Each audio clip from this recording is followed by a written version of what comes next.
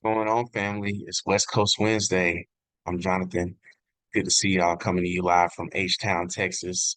And we are continuing the series of The Call You Can't Miss, written by my really great friend, my big bro, Tracy McDuffie. Last week, he talked to you about part one, which was discovering your purpose. This week, we're going to talk about believing your potential. So when I hear that, believing your potential, what does that actually mean? In my own words, it means to have faith in what's possible, but something that has not yet been experienced or something that has not been come to life yet. So over the next couple of minutes, I really want to answer two questions. How do I build my belief? And how do I build and realize my potential? So the first question is, how do I build my belief? We're going to answer this through looking at the ministry of Christ. And as you all know, and you have some Bible scholars here, he was on the earth for 3 years doing his ministry, and he did a lot of great things. And as he started, he didn't have as many followers as you know, but as he progressed along, a lot of things happened and he got more followers. So, how did people build their belief in him? Well, first thing is they heard about him. As we read through scripture, we hear about people hearing about Christ and all the great things that he has done. We know that Romans 10:17 says, faith comes by hearing, and hearing by the word of God. So, it's critical what you hear. And in considering what you hear, you have to consider two additional things. Number one, what do you tell yourself? And number two, who and what do you listen to? So, what do you tell yourself, and who and what do you listen to? Uh, it's important that you affirm yourself. It's important that you tell yourself that you can actually do the thing that you're going to do, that you want to do, as long as it's within God's will, right? So, it's important what you tell yourself. I know some people do morning affirmations. They say, I am a child of God. I do belong. I am worthy, right? It is important what you tell yourself. So whether you do that in the morning, midday, or before you go to bed, it's important what you tell yourself. It's also important that you don't have any negative self-talk, because when you have this negative self-talk, you will talk yourself out of what you actually deserve. So be careful of what you tell yourself. And then also, you have to be careful who and what we listen to. So, do you have people pouring into you? Do you have people in your corner that are being truthful and in love and not lying to you? You know, sometimes we have friends who enable us and say, "Oh yeah, you should do this," and they're enabling us to do bad things when they really should be telling us, "You know, you actually need to be on this path, the path to righteousness." So, who are you listening to? Also, what are we listening to? I know, we have our favorite shows, and I know we have our favorite music, and I know we have all these things, but we really have to be considerate about what comes into our ears, because again, these things can help either deter us from getting to where we want to go, or they can help propel us to where we want to go. All right. How do I build my belief?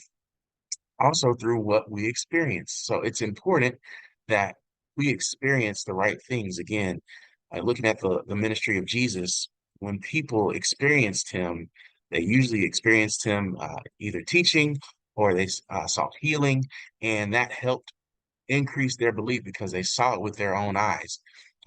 So think about your life. What have you experienced that has increased your belief, not only in yourself, but more importantly, what's increased your belief in God? What has He done for you? And what examples can you bring? And what is your testimony? Last thing, how do I build my belief? Is through the testimony of others. So this is one of the reasons I love the Coast to Coast call, because we have a community of believers who have had life-altering experiences. And although I didn't go through it, they did, and they can share their story. And my belief in God and is increased because of their testimony. So we see this in the Bible as well. As we read about the ministry of Jesus. People may not have seen what he did firsthand, but they heard about what he did from someone else through their testimony. And that word traveled far and wide, and it got to places even before Jesus got there. So don't think that your testimony can't be powerful, because it can be. And make sure that if you've experienced something and if it's powerful, that you share it. So the second part and the second question we want to answer today is, how do I realize my potential? Again, potential is something that's possible, but has not yet materialized. It's something that's possible, but not yet materialized. And I want to answer this question by looking at the life of King David before he actually became king. All right. So the first thing in answering, how do I realize my potential? You don't necessarily need to fit the description of what you're going for and what God has placed in your life, but you do need to be chosen. I'll say that again. You don't need to fit the description, but you do need to be chosen and selected for what God has for you. How do I know this? David did not fit the description of being king. Right? We know the story. Samuel comes to his house and he's looking for the king, and he goes through all of his brothers. They thought for sure that his eldest brother would be the one. Right? He was tall, he was handsome, but that's not what God was looking for. So even his own dad, Jesse, was like, "Yeah, I got this son out in the field, but he can't really be it, right?" How did that? I'm sure that felt terrible, but you don't have to fit the description of what you're looking to do and what God has placed in your life. When God chooses you for an assignment, it belongs to you and nobody else. How else do I realize my potential? You can realize your potential when you connect smaller and more difficult tasks that prepares you for your greater calling. You can connect smaller and more difficult tasks that prepares you for your greater calling. How do I know this? Again, looking at the life of David before he became king. Before David actually slayed Goliath, he killed a lion and a bear. Again, much rather fight a man than an animal, especially a lion and a bear, the king of the jungle and just this big grizzly bear, right? Um, Killing the lion and the bear prepared him to slay Goliath. And when he killed Goliath, that was light work, right? Because he fought a lion and a bear before. All right. Connecting smaller and more difficult tasks, preparing us for a greater calling. Before David was given the responsibility of protecting a nation, he was given the responsibility of guarding sheep. Again, you may look at him being a shepherd and like, no, that's a menial task, but it actually helped prepare him for protecting and ruling an entire nation, right? Because sheep, they go off and they want to do their own thing. And if you don't know how to manage sheep, you definitely can't manage people. All right. Before David could bring peace to an entire nation, he had to play the harp to bring peace to King Saul. So again, playing the harp may seem like just something else to do, but it prepared him for eventually what he would do as king. And before David could lead a nation of people, he had to lead a flock of sheep. So all these things, again, in their own way, they may seem like smaller tasks, but when you look at it, God used these things to help prepare David for his greater calling. And God can use the things that you may be doing now that you may be like, nobody's watching me, nobody's seeing what I'm doing. Never say that, because everything you're doing is building up to your greater calling and your greater purpose. All right. The next thing we can do to help realize our potential is not sabotaging ourselves. So many times we mess up because we like to insert ourselves into the process instead of letting God do what he does best, which is do what he does best, right?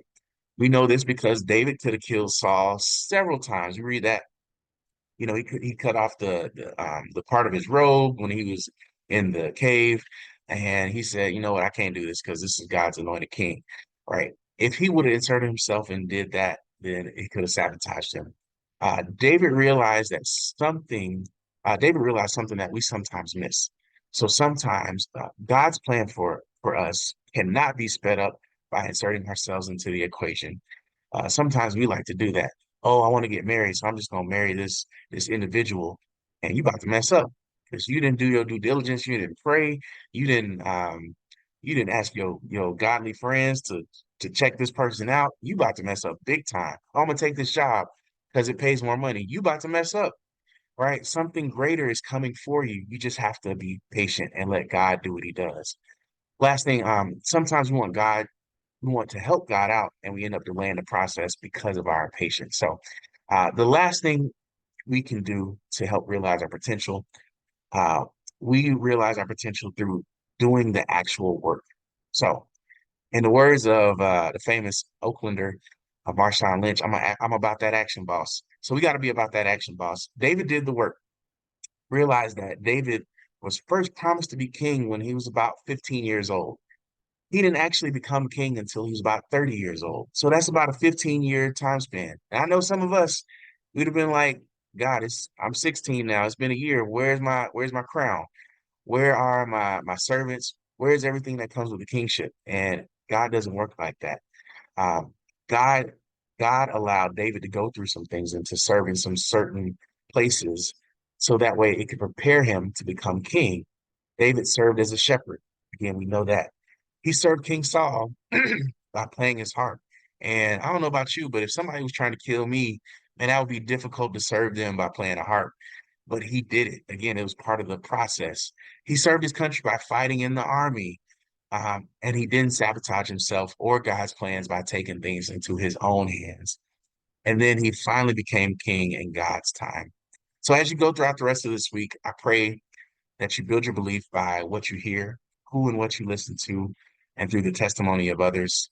And I pray that you realize your potential by recognizing what you're chosen for, connecting the smaller and more difficult tasks to your greater purpose, not sabotaging yourself and inserting yourself into the process, but also doing the work.